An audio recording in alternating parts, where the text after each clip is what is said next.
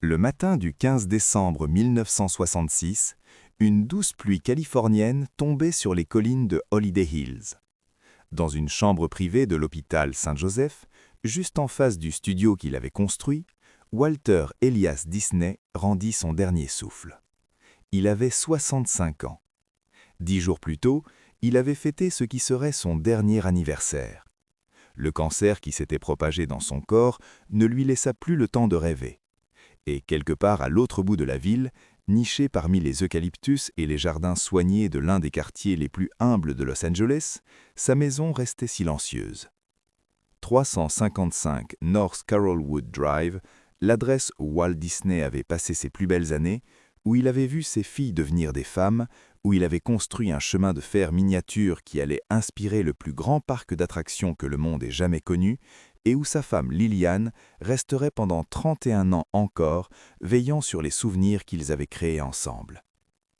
Mais en ce matin gris de décembre, alors que la nouvelle se répandait à travers le monde que le créateur de Mickey Mouse avait disparu, cette maison de Carrollwood devint tout autre chose.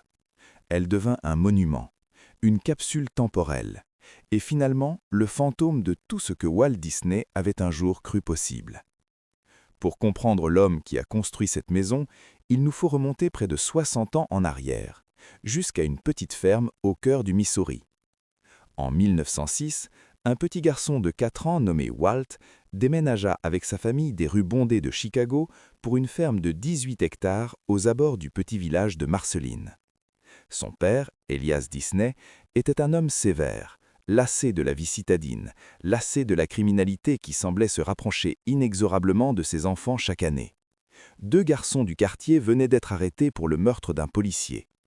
Elias décida alors qu'il était temps d'élever sa famille dans un endroit sûr, un endroit simple, un endroit où l'on croyait encore aux bontés du travail et des grands espaces. Pour le jeune Walt, ces années à Marceline sont tout simplement magiques. Tandis que ses frères aînés, Herbert, Raymond et Roy, travaillaient aux côtés de leur père dans les champs, Walt était trop jeune pour les travaux pénibles. On lui confia donc la tâche de surveiller sa petite sœur Ruth. Et il faisait cela à un endroit bien précis, sous les branches déployées d'un énorme peuplier qui se dressait à la lisière de la propriété. On l'appelait l'arbre des rêves. Assis à son ombre, Walt dessinait les animaux qui passaient aussi loin. Des lapins, des écureuils, des mulots. Parfois, les beaux jours, un jeune cerf apparaissait au bord du pré. Des années plus tard, il se souvenait de ces moments. « Je pouvais toujours compter sur les lapins, les écureuils et les mulots », disait-il. Et parfois, les beaux jours, Bambi passait. C'est à Marceline que Walt découvrit son amour pour le dessin. Un voisin, le docteur Sherwood, remarqua le talent du garçon et le paya pour dessiner son cheval. Ce fut le premier argent que Walt gagna grâce à son art. Mais c'est aussi à Marceline que Walt découvrit autre chose, quelque chose qui façonnerait tous ses rêves. Il découvrit les trains. La ferme Disney se trouvait près de la ligne de chemin de fer Atchison, Topeka et Santa Fe. Walt pouvait entendre les locomotives vrombir au loin, leurs sifflets déchiraient l'air immobile du Missouri comme un appel à l'aventure. Il apprit que le cousin de son père conduisait l'un de ces trains, un véritable ingénieur sur la ligne principale. Le garçon était fasciné. Il se tenait au bord des voies, regardant passer les imposantes machines de fer, sentant le sol trembler sous ses pieds. À ces moments-là, quelque chose s'éveillait en lui, un désir de mouvement, de progrès, de la magie des voyages à venir. Mais le paradis ne dure pas éternellement. En 1911, alors que Walt avait 9 ans, la santé de son père commençait à décliner. La ferme n'avait jamais été particulièrement rentable, et Elias ne pouvait plus cultiver la terre. N'ayant pas d'autre choix, la famille vendit tout et déménagea à Kansas City. L'enfance de Walt à Marceline était terminée, mais il garderait ses souvenirs avec lui toute sa vie. « Il m'est arrivé à moi et à Marceline, écrivit-il plus tard, plus de choses importantes qu'il ne s'étant passé depuis et qu'il n'en arrivera probablement à l'avenir. » À Kansas City, la vie devint plus dure. Elias acheta une tournée de distribution de journaux et obligea ses jeunes fils à se lever avant l'aube chaque matin pour livrer les journaux sous la pluie, la neige et un crolles écrasant. Walt n'avait que 9 ans lorsqu'il commença ce travail épuisant. Il dira plus tard que nombre de ses habitudes et obsessions de sa vie adulte découlaient de ces années difficiles, La discipline, l'ambition, le besoin de se prouver, mais aussi les rêves. Car même en arpentant les rues glacées avec des piles de journaux sur le dos, Walt n'a jamais cessé d'imaginer. Il prenait des cours d'art dès qu'il le pouvait. Il dessinait des bandes dessinées pour le journal de son école. Et il n'oubliera jamais le garçon qui, un jour, s'était assis sous un peuplier pour dessiner des lapins et rêver de trains. Lorsque la Première Guerre mondiale éclata, Walt était trop jeune pour s'engager dans l'armée. Il n'avait que 16 ans. Sa gorge. Mais il ne pouvait rester les bras croisés pendant que le monde se transformait. Alors, il mentit sur son âge et s'engagea dans la Croix-Rouge comme ambulancier, partant pour la France en 1918. Tandis que les autres ambulanciers décoraient leurs véhicules avec un camouflage standard, Walt recouvrit son ambulance de dessins animés. Des personnages qu'il inventait sur le champ, des visages rigolos, des créatures imaginaires. Les hommes autour de lui riaient, et pour la première fois, Walt réalisa que ses dessins pouvaient apporter de la joie à des gens qui en avaient désespérément besoin. Après la guerre, Walt retourna à Kansas City et commença sa carrière de dessinateur de bandes dessinées. Il travailla pour des agences de publicité, créa des courts-métrages d'animation et finalement fonda sa propre société appelée Laugh-O-Gram Studio. Ce fut un échec, il fit faillite. C'est ainsi qu'en 1923, avec 40 $ en poche et une valise pleine de rêves, Walt prit le train pour la Californie. Il arriva à Los Angeles avec pour seules ambitions. Il loua une chambre dans le garage de son oncle et y installa un studio d'animation rudimentaire. Son frère, Roy, qui avait déménagé dans l'Ouest pour des raisons de santé, accepta de l'aider pour la gestion. Ensemble, ils fondèrent le Disney Brothers Cartoon Studio dans un petit bureau sur Kingswell Avenue. La société qui allait devenir un jour le plus puissant empire du divertissement de l'histoire commença avec 2 frères, quelques crayons et une conviction inébranlable que tout était possible. C'est durant ces premières années que Walt rencontra Lillian Marie Bounds. C'était une jeune femme originaire de l'Idaho qui avait déménagé à Los Angeles pour vivre avec sa sœur après le décès de son père. En 1924, elle postula pour un poste au studio Disney en tant qu'artiste encreuse et coloriste. Walt l'a rencontrée en personne et l'a embauchée sur le champ. Ce qu'il ne lui a pas dit, c'est qu'il était déjà amoureux. À cette époque, Walt ramenait souvent en voiture les femmes qui travaillaient tard. Mais d'une manière ou d'une autre, il trouvait toujours le moyen de déposer Lillian en dernier, même si sa maison était la plus proche du studio. Il a fallu quelques mois avant que Lillian comprenne ce qu'il faisait. Quand elle comprit enfin, elle trouva cela charmant. Voilà ce jeune homme ambitieux et intense, tellement concentré sur son travail qu'il semblait à peine remarquer quoi que ce soit d'autre. Et pourtant, il trouvait des prétextes pour passer quelques minutes de plus avec elle chaque soir. Walt s'était fait une promesse. Il ne se marierait pas avant d'avoir au moins 25 ans et 10 000 $ de côté. Mais à mesure que ses sentiments pour Lillian grandissaient, il comprenait qu'il ne pouvait pas attendre aussi longtemps. Le 13 juillet 1925, ils se marièrent lors d'une cérémonie intime chez le frère de Lillian à Lewon, dans l'Idaho. Walt avait 23 ans, Lillian en avait 26, mais elle garda ce secret toute sa vie. Leurs premières années furent marquées par les difficultés. Le studio peinait à survivre. Walt travaillait des heures impossibles, dormant souvent sur un lit de camp dans son bureau. Lillian devint sa secrétaire, sa confidente, son pilier. Elle le contrariait quand elle pensait qu'il avait tort et le soutenait quand personne d'autre ne le faisait. Et en 1928, lors d'un voyage en train de New York en Californie, elle lui donna l'un des conseils les plus importants qu'il recevrait jamais. Walt venait de perdre les droits de son premier personnage à succès, un lapin de dessin animé nommé Oswald. Son distributeur avait volé le personnage et débauché la plupart de ses employés. Durant ce long voyage en train de rentrer chez lui, Walt commença à dessiner un nouveau personnage, une souris. Il voulait l'appeler Mortimer, mais Lillian secoua la tête. « Ça sonne trop déprimant », dit-elle. « Pourquoi ne pas l'appeler Mickey ?» C'est ainsi que Mickey Mouse naquit, nommé par une femme d'Idaho qui aimait suffisamment son mari pour lui dire quand il avait tort. Les années qui suivirent apportèrent un succès au-delà de ce que Walt aurait pu imaginer. Mickey Mouse devint un phénomène mondial. Blanche-Neige et les 7 nains, sorti en 1937, prouvaient que les longs métrages d'animation pouvaient rivaliser avec n'importe quelle production hollywoodienne. Pinocchio, Fantasia, Dumbo, Bambi, chaque film repoussait les limites de ce que l'animation pouvait accomplir. Et à travers tout cela, Walt et Lillian fondèrent une famille. Leur fille Diane naquit le 18 décembre 1933. Quelques années plus tard, après que Lillian eut plusieurs fausses couches, ils adoptèrent une deuxième fille, Sharon, née le 31 décembre 1936. Walt adorait ses filles. Malgré les exigences liées à la gestion d'un studio, il prenait du temps pour elles dès qu'il pouvait. Le samedi devint le jour de papa. Walt emmenait Diane et Sharon à Griffith Park, où ils s'asseyaient sur un banc et mangeaient des cacahuètes pendant qu'elles faisaient un tour de manège. Assis là, seul, il se rappela plus tard. Je me suis dit qu'il faudrait construire quelque chose, une sorte de parc familial où parents et enfants pourraient s'amuser ensemble. À la fin des années 1940, la famille Disney vivait dans une maison confortable du quartier de Los Feliz de Los Angeles.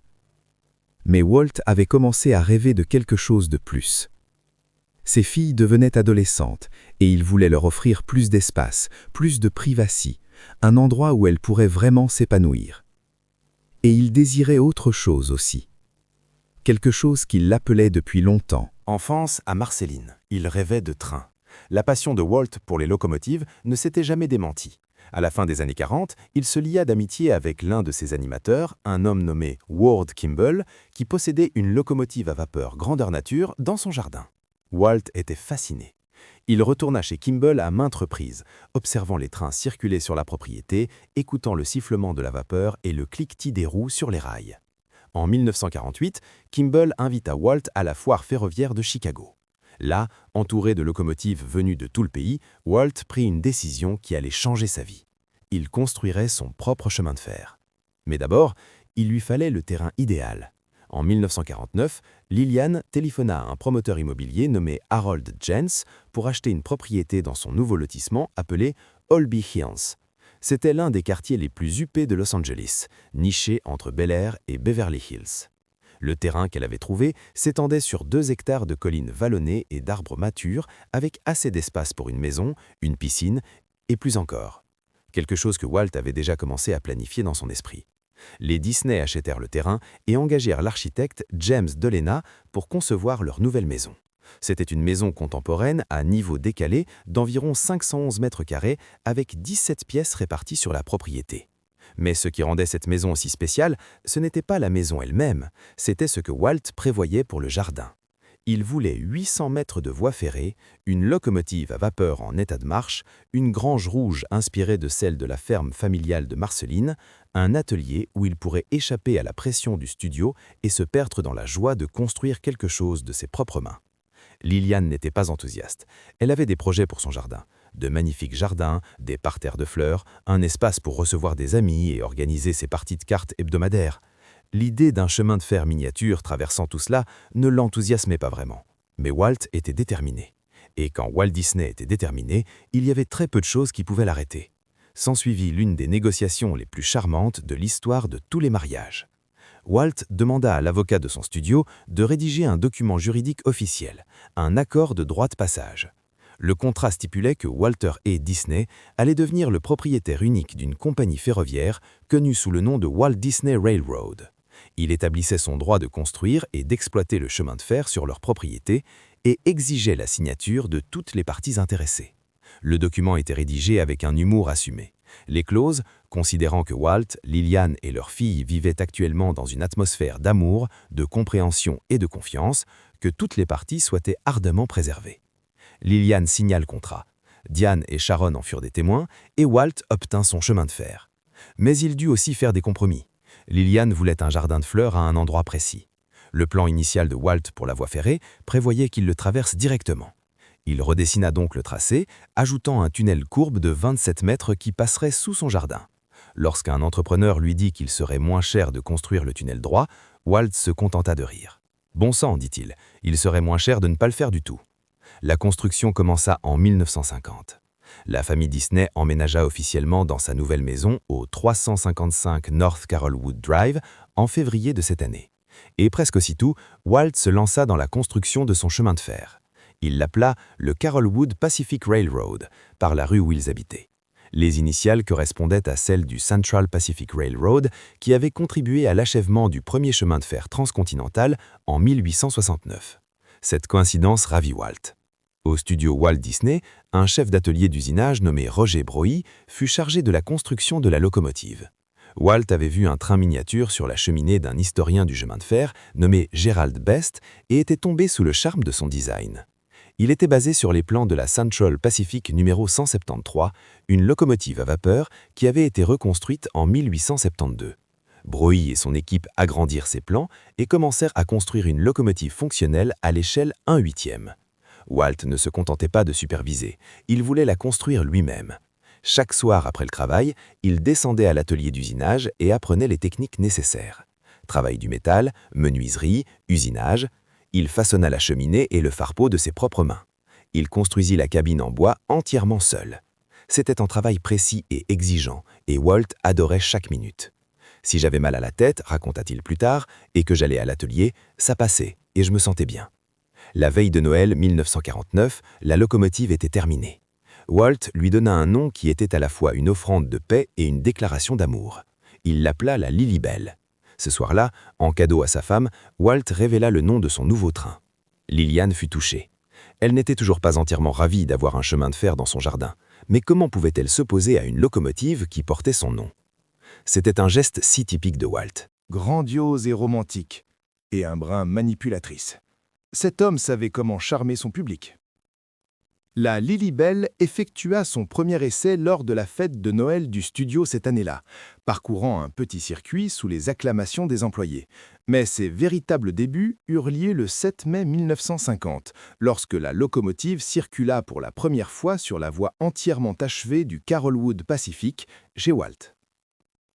Le réseau était extraordinaire. 792 mètres de voie à écartement de 184 mm serpentaient autour de la propriété et comportaient 11 aiguillages, des pentes, des ponts, un tréteau et un talus de terre surélevé qui dominait le paysage naturel. Et bien sûr, le tunnel de 27 mètres qui passait sous le jardin de fleurs de Liliane. La Lily Bell était une merveille d'ingénierie. Elle pesait environ 113 kg et pouvait tracter un train transportant jusqu'à 12 passagers adultes. Son tender contenait 13 litres d'eau et 4,5 kg de charbon concassé en morceaux. Lorsqu'elle fonctionnait, de la vraie vapeur s'échappait de sa cheminée. De vraies étincelles jaillissaient de ses roues. Ce n'était pas un jouet, c'était un véritable morceau d'histoire ferroviaire réduit à l'échelle d'un jardin de banlieue. Walt construisit également une grange rouge qui lui servirait d'atelier et de salle de contrôle pour le chemin de fer. La conception était inspirée de la grange de la ferme familiale à Marceline, la même grange où il avait un jour tenté de monter un cirque avec des animaux de la ferme déguisés. À l'intérieur, il installa l'équipement nécessaire pour surveiller et exploiter le chemin de fer. Mais la grange devint plus qu'une simple salle de contrôle.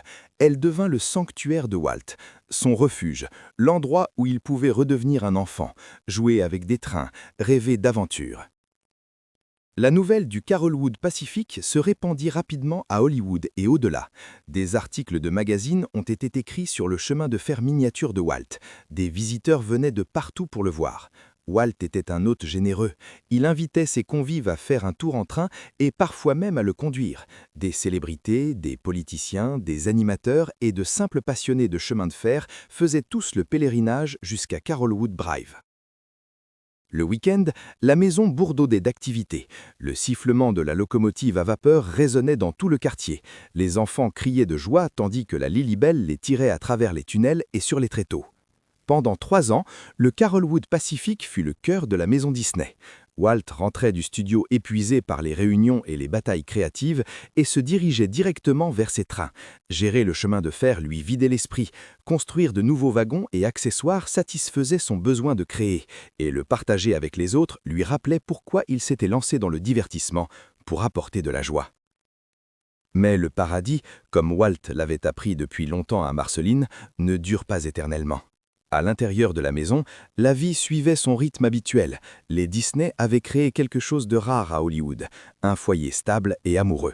Tandis que d'autres dirigeants de studios menaient des vies de scandales et d'excès, Walt et Lillian étaient dévoués l'un à l'autre et à leur fille.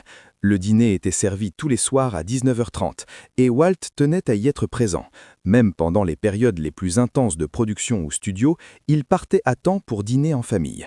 Plus tard, une fois Diane et Sharon devenues grandes et parties de la maison, Walt et Lillian dînaient encore ensemble sur des plateaux repas en regardant leurs émissions préférées.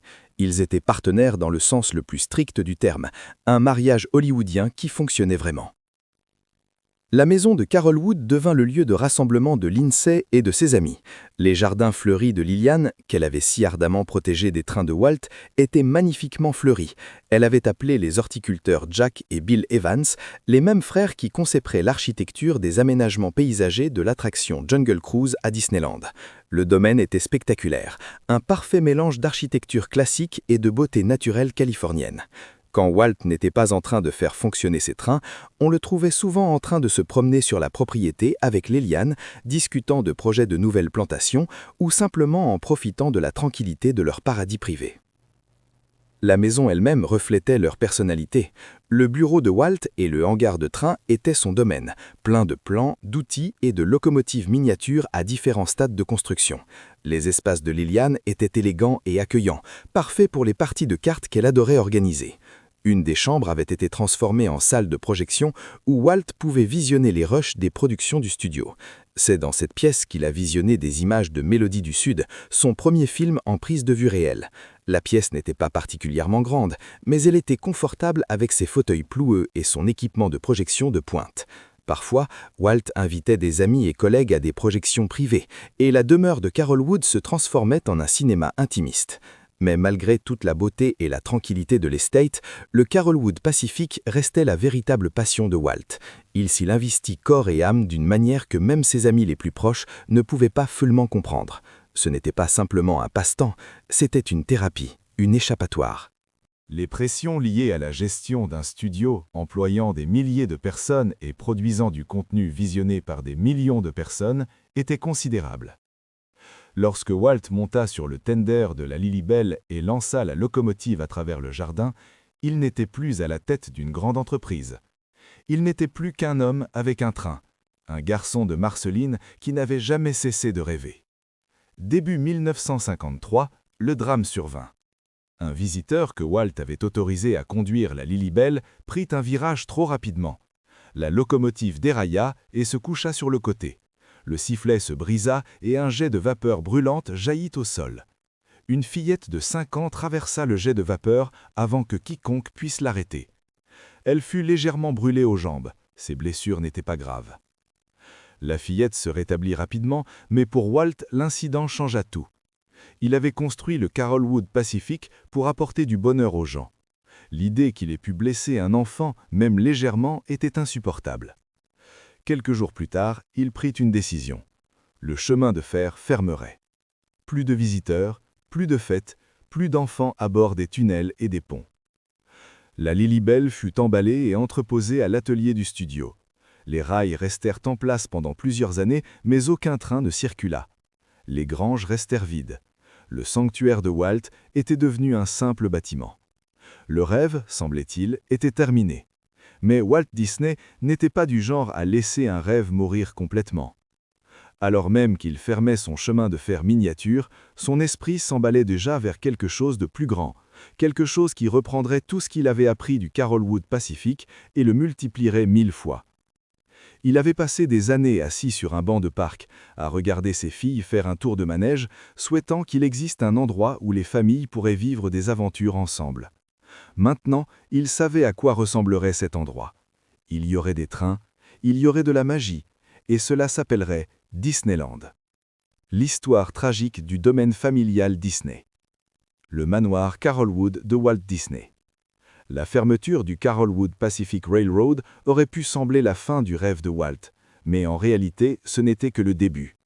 Alors même qu'il rangeait la clochette et regardait les rails de son jardin se taire, son imagination construisait déjà quelque chose de bien plus ambitieux. Chaque leçon apprise de son chemin de fer miniature, chaque joie ressentie en voyant des enfants parcourir sa propriété, chaque défi technique surmonté, tout était mis de côté pour un projet qui allait révolutionner l'industrie du divertissement à jamais. Walt pensait à ce projet depuis des années. Tout a commencé par ces samedis après-midi à Griffith Park, assis sur un banc pendant que Diane et Sharon faisaient un tour de manège. Il avait observé les parcs d'attractions délabrés de l'époque, avec leurs peintures écaillées, leurs panneaux d'affichage et leurs manèges conçus pour séparer les familles plutôt que de les réunir. Et il s'était posé une question simple. Pourquoi ne pourrait-il pas exister un lieu où parents et enfants pourraient s'amuser en même temps? Un lieu propre et beau et plein d'émerveillement. La réponse, décida-t-il, s'appellerait Disneyland. Au début de la planification, Walt envisageait même de déplacer son chemin de fer Carolwood Pacific Railroad vers le nouveau parc. Un concept montrait le Lilybelle transportant des passagers à travers des villes et des décors miniatures dans la continuité directe de ce qu'il avait construit dans son jardin.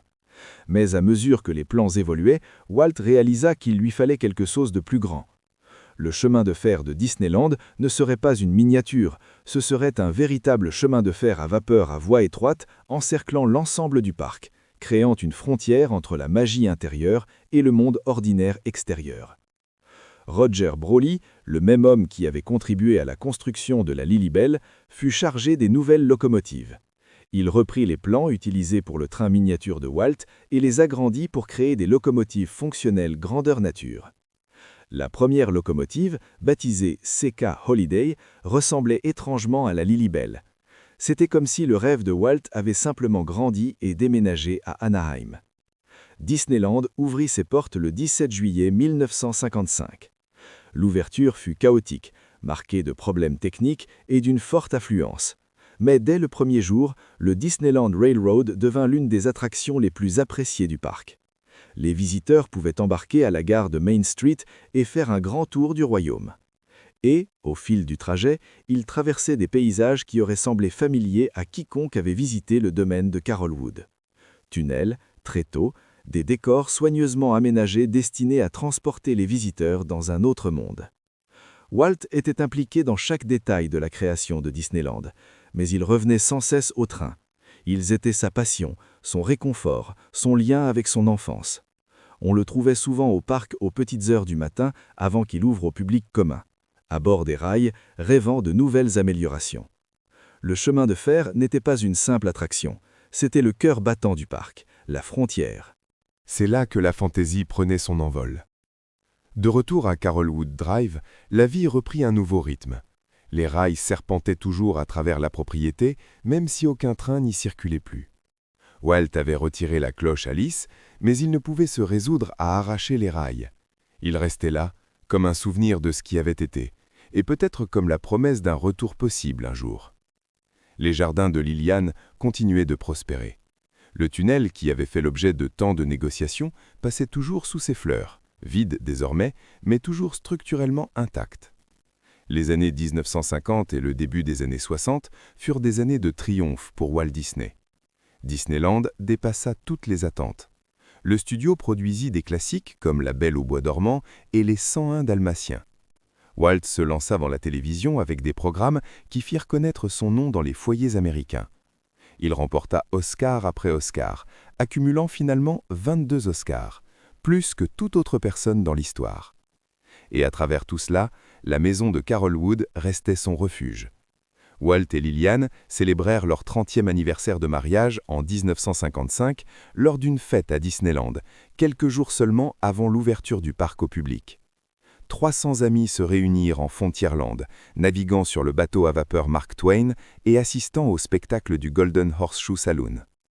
À la fin de la soirée, Walt monta sur scène et dansa avec Liliane pendant que l'orchestre jouait.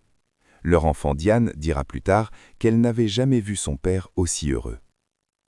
La maison de Carolwood était l'endroit où Walt rentrait chaque soir, après ses longues journées passées à bâtir un empire. C'est là qu'il lisait des scénarios et examinait des storyboards, qu'il jouait avec ses petits-enfants à mesure qu'ils arrivaient. C'est là que lui et Liliane s'asseyaient ensemble après le dîner, regardant la télévision, profitant de la simple compagnie d'un mariage qui avait traversé la pauvreté et le succès, les triomphes et les chagrins, des décennies d'ambition implacable et de moments de paix tranquille. Au milieu des années 1960, Walt était plus occupé que jamais. Il supervisait la construction d'un nouveau Disneyland en Floride, un projet encore plus ambitieux que l'original. Il développait une station de ski dans les montagnes de la Sierra Nevada. Il planifiait des rénovations pour agrandir Disneyland à Anaheim. Et au cœur du projet floridien se trouvait quelque chose qu'il appelait Epcot, la communauté prototype expérimentale de demain. Ce devait être plus qu'un simple parc à thème, ce devait être une véritable ville, un laboratoire vivant pour de nouvelles idées en matière d'urbanisme et de technologie. Walt croyait que cela pourrait changer la façon dont les gens vivaient. Mais le temps, que Walt avait toujours essayé de déjouer, finissait par le rattraper. Walt Disney était un gros fumeur depuis son service comme ambulancier en France pendant la Première Guerre mondiale. Il fumait constamment, consommant souvent plusieurs paquets par jour. Il n'utilisait pas de filtre. Il avait également subi des blessures en jouant au polo des années auparavant, des lésions au cou et à la colonne vertébrale qui lui causaient des douleurs chroniques. À l'automne 1966, ces problèmes s'étaient combinés pour devenir quelque chose de bien plus grave. Début novembre, Walt se rendit à l'hôpital Saint-Joseph pour ce qu'il pensait être une opération de routine des vertèbres cervicales. La douleur au cou était devenue insupportable et ses médecins voulaient soulager la pression sur sa colonne vertébrale. Mais lors de l'examen préopératoire, une radiographie révéla quelque chose de terrible. Il y avait une tumeur sur son poumon gauche de la taille d'une noix. Le médecin dit qu'il fallait l'enlever immédiatement. Le 6 novembre 1966, les chirurgiens retirèrent la moitié du poumon gauche de Walt. L'intervention fut lourde, mais la principale préoccupation de Walt était simplement de savoir comment cela affecterait sa respiration. Il ne comprenait pas encore la gravité réelle de son état. Après l'opération, les médecins prirent Liliane à part et lui annoncèrent la terrible nouvelle. Le cancer s'était déjà sparci dans ses ganglions lymphatiques et dans d'autres parties de son corps. Walt avait peut-être 6 mois à 2 ans à vivre. La famille décida de ne pas dire toute la vérité à Walt. Ils espéraient que le traitement ralentirait la maladie, lui donnerait plus de temps. La cobaltothérapie fut commencée immédiatement. Mais les traitements affaiblirent et épuisèrent Walt. Il luttait pour retourner au travail. Il eut à peine la force de participer au dîner de Thanksgiving avec sa famille. L'homme qui semblait inépuisable, qui avait bâti un empire par sa seule force de volonté, s'affaiblissait. Walt passa ses dernières semaines entre l'hôpital et sa maison de Carolwood Drive. Quand il était chez lui, il essayait de se reposer. Il contemplait les jardins que Liliane avait cultivés pendant près de 2 décennies. Il pensait à Epcot, esquissant des idées sur n'importe quel morceau de papier à portée de main. Il refusait d'abandonner ses rêves, même si son corps le trahissait. Le 30 novembre, Walt retourna à l'hôpital Saint-Joseph. Son état s'était considérablement détérioré. Il était faible, parfois confus, et avait du mal à manger. Mais même dans ces derniers jours, il ne pouvait s'empêcher de planifier. Selon ceux qui étaient présents, Walt passa des heures avec son frère Roy, pointant du doigt les dalles du carrelage au-dessus de son lit d'hôpital et les utilisant comme une grille pour mapper le projet. La disposition de son projet en Floride. Il planifiait littéralement Epcot sur son lit de mort. Le matin du 15 décembre 1966, 10 jours après son 65e anniversaire, Walter Elias Disney est décédé d'un collapsus circulatoire aigu causé par un cancer du poumon. La nouvelle s'est répandue dans le monde entier en quelques heures. Les journaux qui avaient autrefois mis en avant ses créations en première page annonçaient désormais son décès. À Disneyland, le drapeau a été mis en berne. Et au 355 North Carolwood Drive, Liliane Disney a commencé un nouveau chapitre de sa vie. Le chapitre qu'elle vivrait seule. Les funérailles de Walt étaient modestes et privées, exactement comme il l'aurait souhaité. Il avait toujours détesté les funérailles, détesté les manifestations publiques de chagrin. Il a été incinéré 2 jours après sa mort et ses cendres ont été inhumées au Forest Lawn Memorial Park à Glendale, en Californie. Il n'y a pas eu de cérémonie commémorative publique. L'homme qui avait passé sa vie sous les feux de la rampe a choisi de s'en aller discrètement. Le monde a pleuré sa mort de différentes manières, publiques et privées. Les hommages ont afflué de tous les coins de l'industrie du divertissement. Le commentateur de télévision Eric Sevareid a exprimé le sentiment de millions de personnes lorsqu'il a simplement déclaré nous ne reverrons jamais son pareil. Des présidents et des premiers ministres ont présenté leurs condoléances. Les animateurs et les artistes qui avaient travaillé aux côtés de Walt pendant des décennies se sont retrouvés incapables de parler. L'homme qui avait donné au monde Mickey Mouse, Blanche-Neige et Disneyland était parti. Au studio, le travail a continué, car c'est ce que Walt aurait voulu. Le livre de la jungle était toujours en production. Le plus heureux des millionnaires était en cours de finalisation. Mais quelque chose avait changé. La force créatrice qui avait animé l'entreprise pendant 4 décennies n'était plus là pour prendre les décisions finales, pour viser la perfection, pour transformer l'impossible en réalité. Dans les mois et les années qui ont suivi, des rumeurs ont commencé à circuler sur ce qui était réellement arrivé à Walt Disney. La plus persistante était l'affirmation qu'il avait été cryogénisé. Son corps conservé dans un cylindre métallique quelque part sous Disneyland, attendant le jour où la science pourrait guérir son cancer et le ramener à la vie. Cette histoire était complètement fausse. La fille de Walt, Diane, a fini par y répondre directement.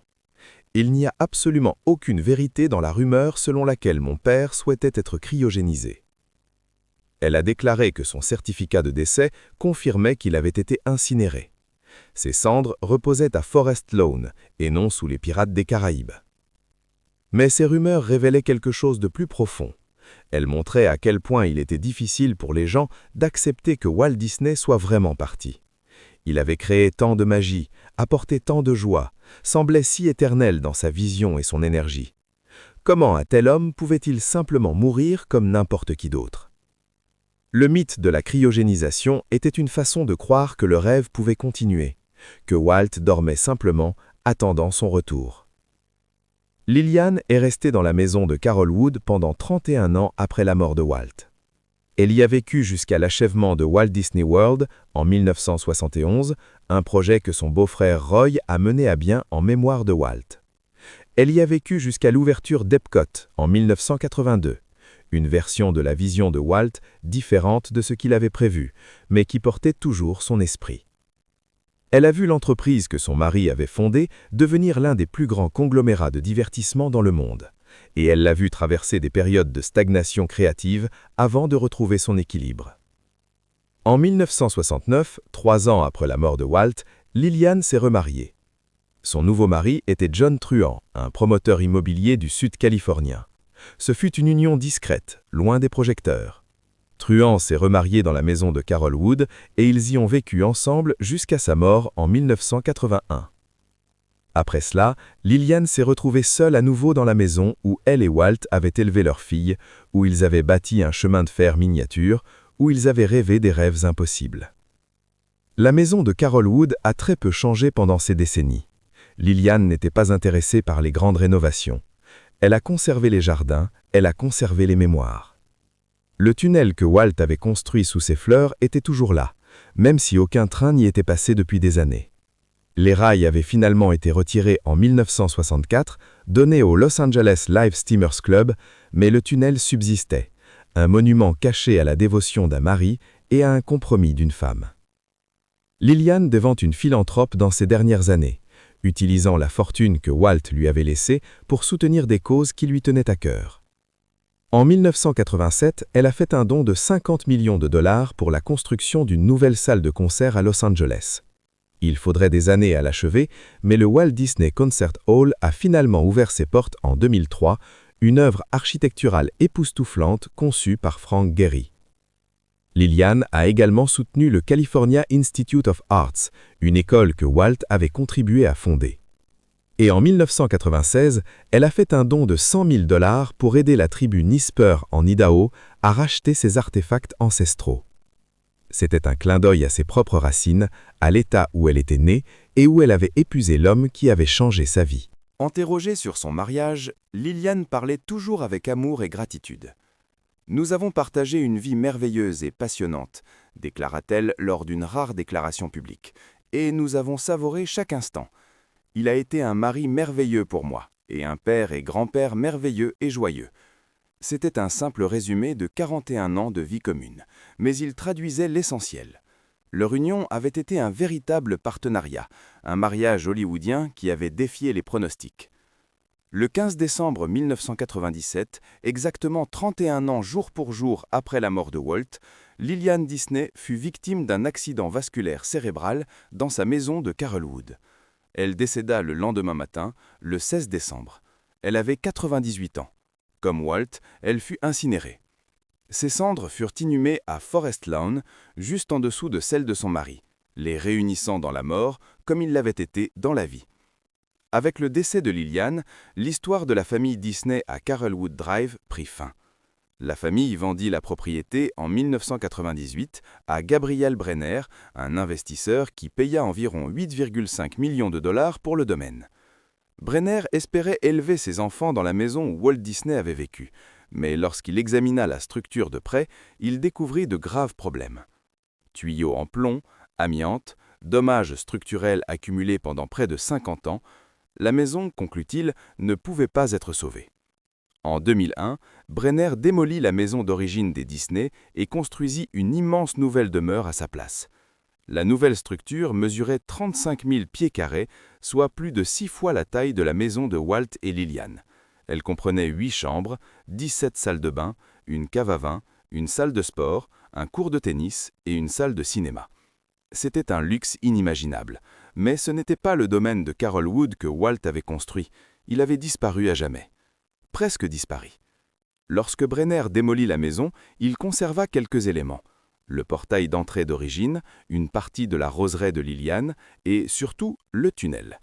Le tunnel incurvé de 27 mètres que Walt avait fait construire sous les fleurs de sa femme était toujours enfoui sous le nouvel aménagement paysager. Son entrée était marquée par une petite arche de pierre recouverte d'iliés, avec l'année 1950 gravée dans la clé de voûte. C'était un hommage discret au chemin de fer qui avait autrefois fait le tour de la propriété et à l'homme qui l'avait construit. La grange fut également sauvée, mais pas par Brenner. Avant la démolition, la fille aînée de Walt, Diane, avait fait en sorte que la grange rouge soit préservée. Ce fut un acte d'amour et de préservation, la détermination d'une fille à sauver un morceau de l'héritage de son père de la destruction. Avec l'aide de la fondation Carrollwood et de l'entrepreneur Bill Hale, la grange fut soigneusement démontée, chaque planche numérotée et cataloguée, transportée à Griffith Park à Los Angeles et remontée au musée ferroviaire Los Angeles Live Steamers. Le processus a nécessité des mois de travail minutieux, mais une fois terminé, le sanctuaire de Walt avait retrouvé une nouvelle vie dans un nouvel emplacement. Aujourd'hui, il se dresse là, transformé en musée, ouvert aux visiteurs le 3e dimanche de chaque mois. À l'intérieur, on peut voir l'établi où Walt fabriquait des pièces pour ses trains. On peut examiner les outils qu'il utilisait, encore rangés comme il les avait laissés. On peut se tenir dans l'espace où il s'échappait des pressions de la gestion d'un empire. On peut toucher un morceau du rêve. La locomotive Lilibelle a trouvé une autre maison après décennies d'entreposage. Elle a été restaurée et exposée en permanence au Walt Disney Family Museum à San Francisco. Le musée a été fondé par Diane Disney Miller et a ouvert ses portes en 2009, 46 ans après la mort de son père. La Lilibelle se trouve dans la galerie 9, entourée de wagons de marchandises et du fourgon de queue que Walt avait construit de ses propres mains.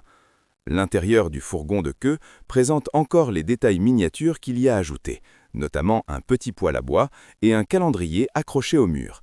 C'est un monument à l'artisanat, à la patience, à la joie de créer quelque chose de beau. En 2014, la propriété de Carrollwood a été vendue encore, cette fois pour 74 millions de dollars. L'acheteur était un investisseur international qui, semble-t-il, appréciait le lien avec l'histoire de Disney. L'arche de pierre avec l'inscription de 1950 est toujours là, dernier vestige du chemin de fer miniature de Walt. Tout le reste, ce que Lillian et Walt avaient construit pendant plus de 50 ans, a disparu. Les jardins, la maison, la salle de projection où Walt regardait les rushs, la chambre où Lillian préparait des repas pour sa famille, la chambre où elle a vécu seule pendant 30 ans après la mort de son mari, tout a été effacé, remplacé par quelque chose de plus grand et de plus grandiose, mais infiniment moins significatif. Et pourtant, l'héritage perdure.